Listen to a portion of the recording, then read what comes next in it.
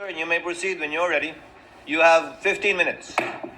Thank you, Your Honor. Good afternoon, everyone, to the members of this honorable court. May it please the court. Simple lang po ang isyong kinakaharap natin ngayong hapon na ito. Pero napakabigat. Bubuksan ba natin ang pinto ng katotohanan o haharangin ito? Ang hiling ng prosecution ay mailabas ang buong katotohanan so that this court may know the truth, the whole truth, and nothing but the truth, and make its decisions based on that. That is why we have requested the issuance of subpoena duces tecum for the bank records, tax records, and anti-money laundering council reports relating to Vice President Sara Duterte and her husband, Attorney Mans Carpio. Sa pamamagitan nito, may lalahad ang buong katotohanan tungkol sa mga alegasyon sa Article 2 ng Articles of Impeachment. Una, na pinayaman ni Vice Presidente ang kanyang sarili ng labis-labis sa kanyang legal na sahod at lehitimong kita bilang isang lingkod bayan. Pangalawa, na meron siyang mga ari-arihang hindi dineklara sa kanyang Statement of Assets, Liabilities, and Net Worth.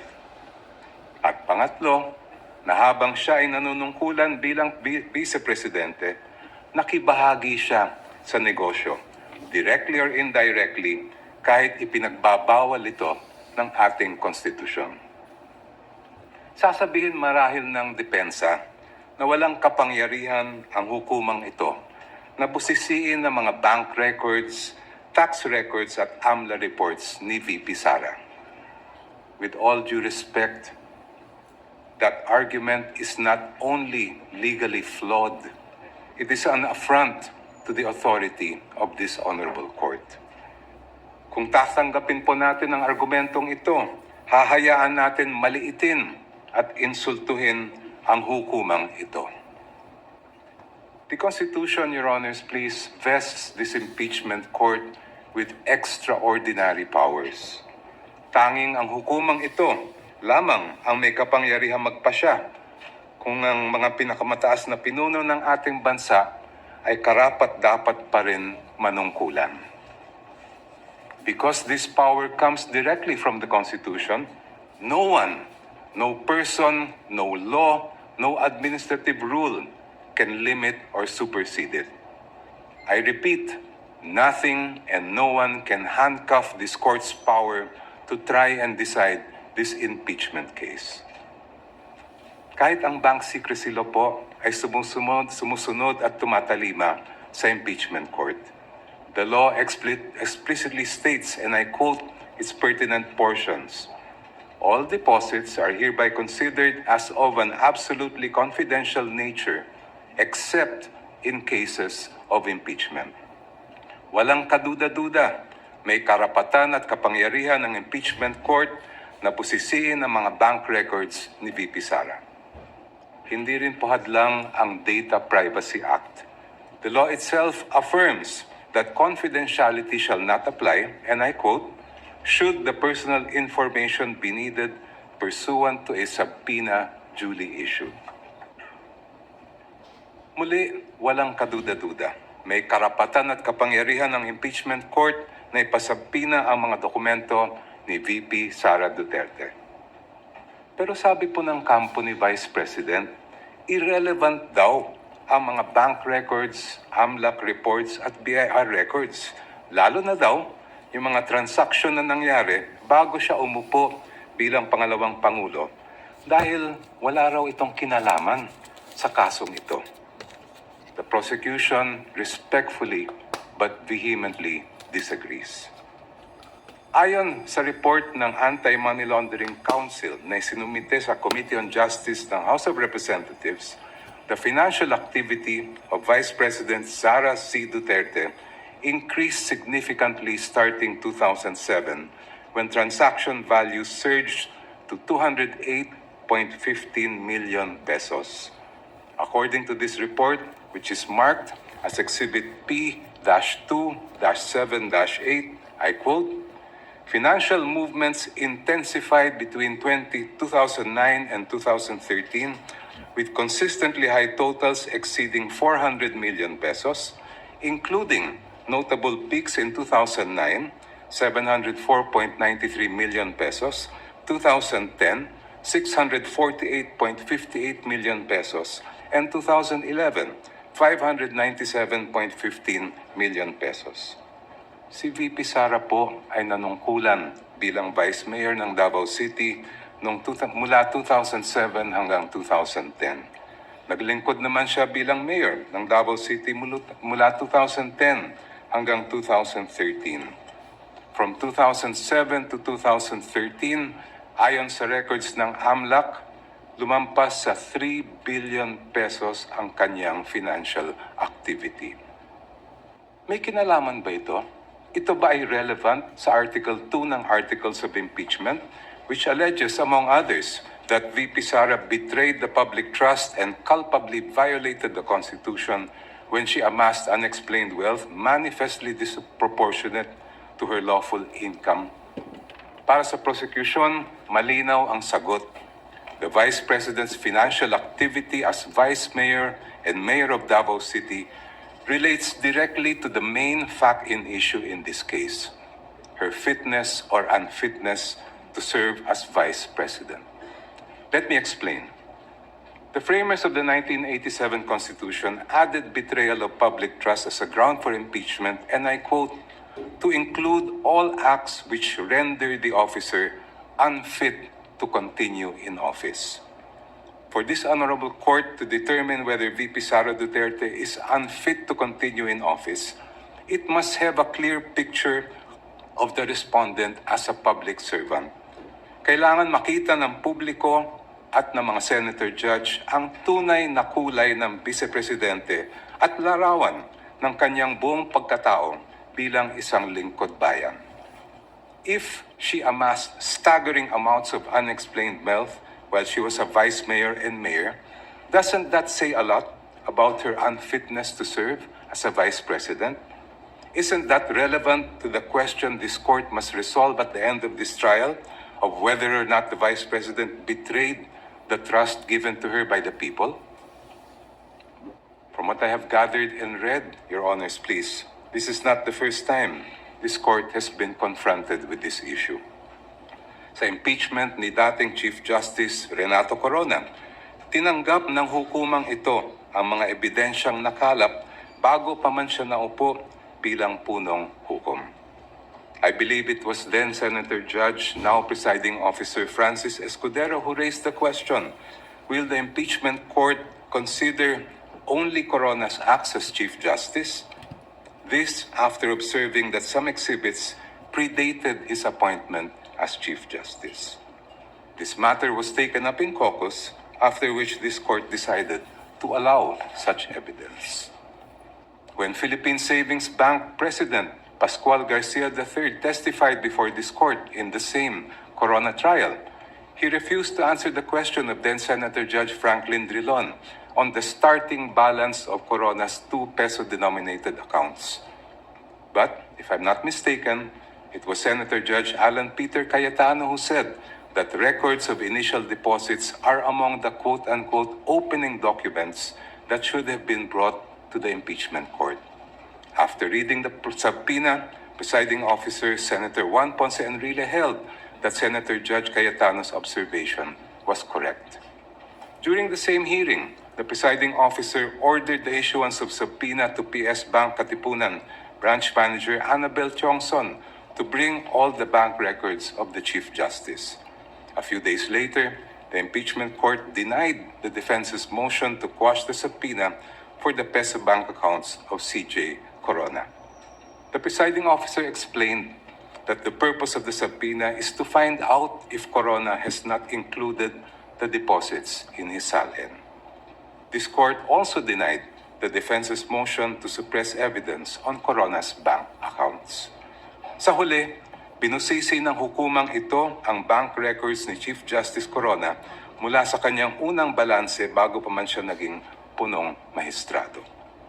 The panel of prosecutors respectfully submits that the subpoenas for the production of the bank records, AMLA documents, and BIR documents of the Vice President and her husband are proper and should be issued by this honorable court. Now allow me, Your Honors, to return to my first point. There is a deeper reason why this court must resist the attempts of the respondent to exclude evidence that is obviously relevant. It has to do with curtailing the power of this court. The Constitution gives this honorable court, and I quote, the sole power to try and decide impeachment cases. Kayo lang po, Your Honors, ang may kapangyarihang magpasya kung ano ang impeachable offense at kung anong ebidensya ang maaaring tanggapin para patunayan ito. Kinilala ito mismo ng Korte Suprema. In the case of Francisco versus House of Representatives, the Supreme Court declared, and I quote, a determination of what constitutes an impeachable offense is a purely political question which the Constitution has left to the sound discretion of the legislature. Such an intent is clear from the deliberations of the Constitutional Commission.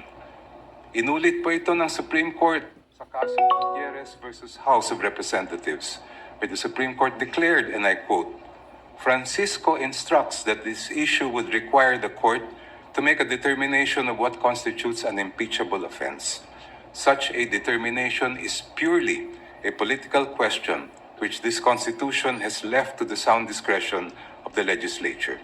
Clearly, the issue calls upon this court to decide a non-justiciable political question which is beyond the scope of its judicial power.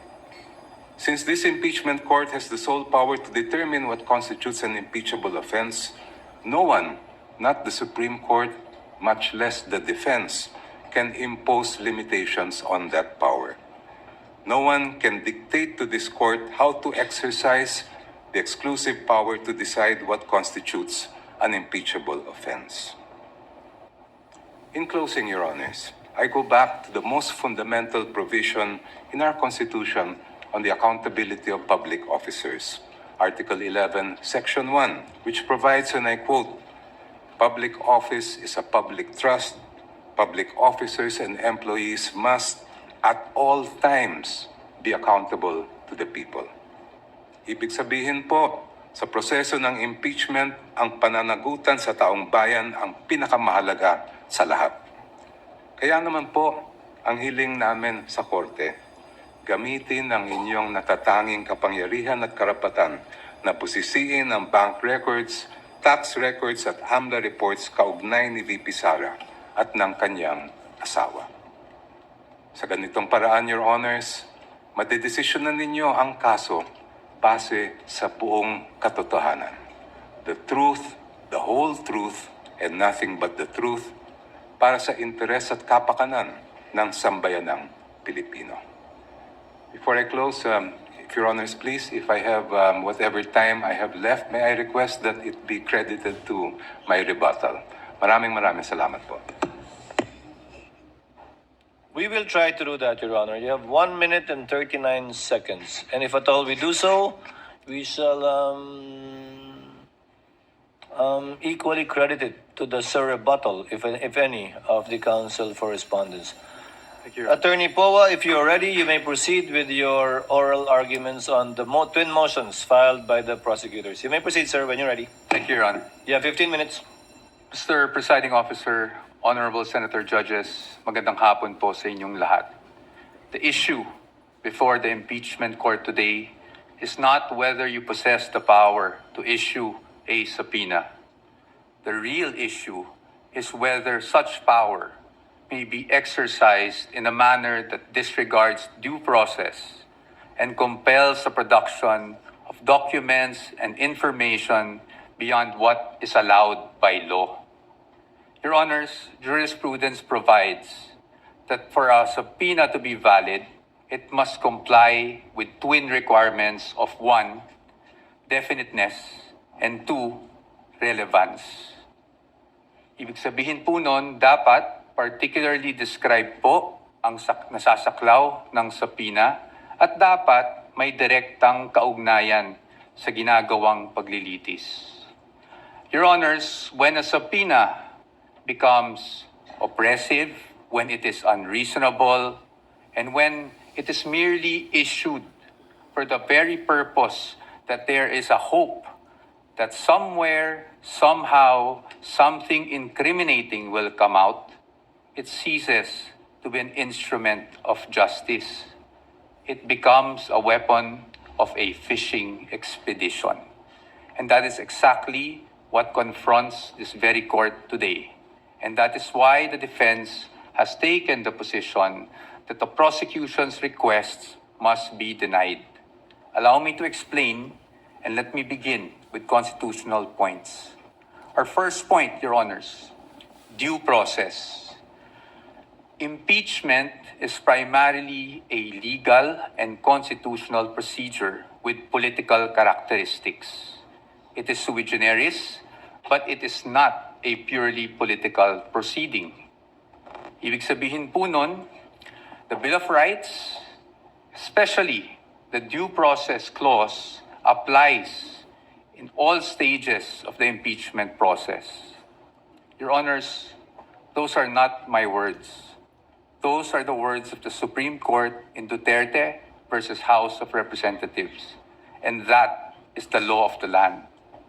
When we speak of due process, we offer a simple proposition that evidence must be present to support each and every accusation. Pero hindi po yon yung nangyari dito. Balikan po natin kung saan nagsimula itong proceeding na ito. I have here with me, Your Honors, copies of the Saballa and Cabrera complaints, both filed before the House of Representatives. Both accused the Vice President of allegedly amassing unexplained wealth, both with voluminous attachments, yet not one attached a document to support that accusation. Not a single financial transaction record, not even a single SALN. In fact, it was only after these complaints were filed, and more significantly, only after the respondent had filed her answer before the Committee on Justice, that committee started searching for evidence to somehow support these accusations through, again, the issuance of subpoenas. Your Honors, we objected then and we are still objecting now because, with all due respect, the position of the defense is that is the very definition of a fishing expedition. Your Honors, in our legal system, it is not permitted to accuse now and then just look for proof later on. That is not how due process works. Hindi po dapat natin pinapayagan yan. Moving on to my second point, Your Honors, let's talk about relevance. It is our position that the requests of the prosecution are in fact fatally overbroad. Bakit po fatally overbroad? An impeachable offense is an act or omission committed while the public official is occupying an impeachable office, not before being elected or appointed to such position. Again, Your Honors, those are not my words. Those are the words of the Supreme Court in Duterte versus the House of Representatives. That is controlling, and that is the law of the land. Yet here, Your Honor, today, the prosecution is requesting for documents spanning almost 2 decades, almost 20 years, dating as far back as 2007. Your Honors, it is a fact na noong 2007, ang respondent ay vice mayor pa lamang. Definitely not an impeachable office, Your Honors. How is that relevant? It is the position of the defense that it is not. In fact, what that is an unlimited search throughout a person's financial history. That should not be allowed. Your Honors, if a subpoena is not narrowly tailored, it is oppressive. For these reasons alone, we are of the position that the request should already be dismissed. Nonetheless, if the impeachment court were to extend its utmost liberality, which the prosecution have asked for in their memorandum, we'd like to point out, Your Honors, that Congress itself, the Senate and the House of Representatives, enacted laws that specifically prohibit the disclosure of these information that the prosecution is asking for now. Let us go through them one by one. Let's start with RA 9160 as amended by RA 11521, which is the Anti-Money Laundering Act. Your Honors, the prosecution is asking for covered transaction reports, suspicious transaction reports, financial intelligence reports, again, spanning almost 2 decades. However, it is clear under Section 8A, which we are flashing on the screen right now, na bawal po yun. Disclosure is prohibited under this provision, Your Honors. It is in black and white. Meron po bang exception? Wala po. Impeachment is not an exception. Had Congress wanted to make impeachment as an exception, madali lang naman pong ilagay yun sa batas. Pero hindi po iyon nagawa. Now, in fact, I also have here copies of the Financial Intelligence Report and another report from the AMLAC, the Information Management Analysis Group, which were already marked as exhibits, Your Honor. And it's in the records of the court. Exhibit D2-8-P1, where it says specifically that the information should not be used as evidence in formal proceedings, Your Honors. The information should not be used as evidence in formal proceedings, Your Honors. Clearly, Your Honors, to compel AMLAC officials to disclose such information would be to compel them to violate the law. Let's move on now to the tax records, Your Honors. Prosecution is asking for tax records, so let's look at the tax code. Section 270 of which criminalizes disclosure of taxpayers' information. Meron po bang exception sa batas na ito? Meron po, but it is limited. Kasama po bang impeachment? Hindi po. That is very clear. Again, Congress wanted to put an exception for impeachment. They could have easily done so, but they did not. Now, Your Honors, let's go to Bank Secrecy Law, RA 1405.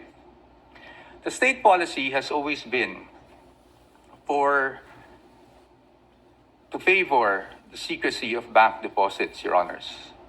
Dito, while we recognize that impeachment is in fact an exception, Your Honors, we submit that this exception is not automatic. Meaning, hindi porket may exception for impeachment, pwede na kaagad natin buksan ang lahat ng bank records na hinihingi ng prosecution. Why? Because, Your Honor, this exception does not dispense with constitutional safeguards. It does not abolish the right to due process. So dapat po, meron pa rin tayong basihan. If you look at the articles of impeachment, wala naman po doon na nagsasabing yung sinasabing unexplained wealth coming from, even if it was an illegal activity, ay pinasok sa isang specific account. In fact, Your Honors, this exception does not automatically mean that we should permit a fishing expedition. Yun nga pong mga bank account numbers na nakaspecify sa request for the issuance of a subpoena, ang aming posisyon po dyan, yan po ay nakalap doon sa illegal disclosure. With all due respect, na ginawa ng AMLAC before the Committee on Justice. And then, Your Honors, they're also asking for the bank records of the spouse. Your Honor, the spouse is not an impeachable officer. And therefore, the spouse is not covered by this exception. Again, Your Honors, we should not allow this. In closing, Your Honors, the prosecution has repeatedly invoked accountability. Your Honors, we agree with them. No one is above the law. But in the same manner, no one must fall below or be outside the protection of the law. Impeachment is indeed a powerful constitutional tool. But Your Honors, impeachment is not a magic word or a magic wand that one can just wave to transform an illegal act into a legal act, to transform unlawful access to lawful access. That is not what the Constitution contemplates. That is not what the laws enacted by Congress contemplate.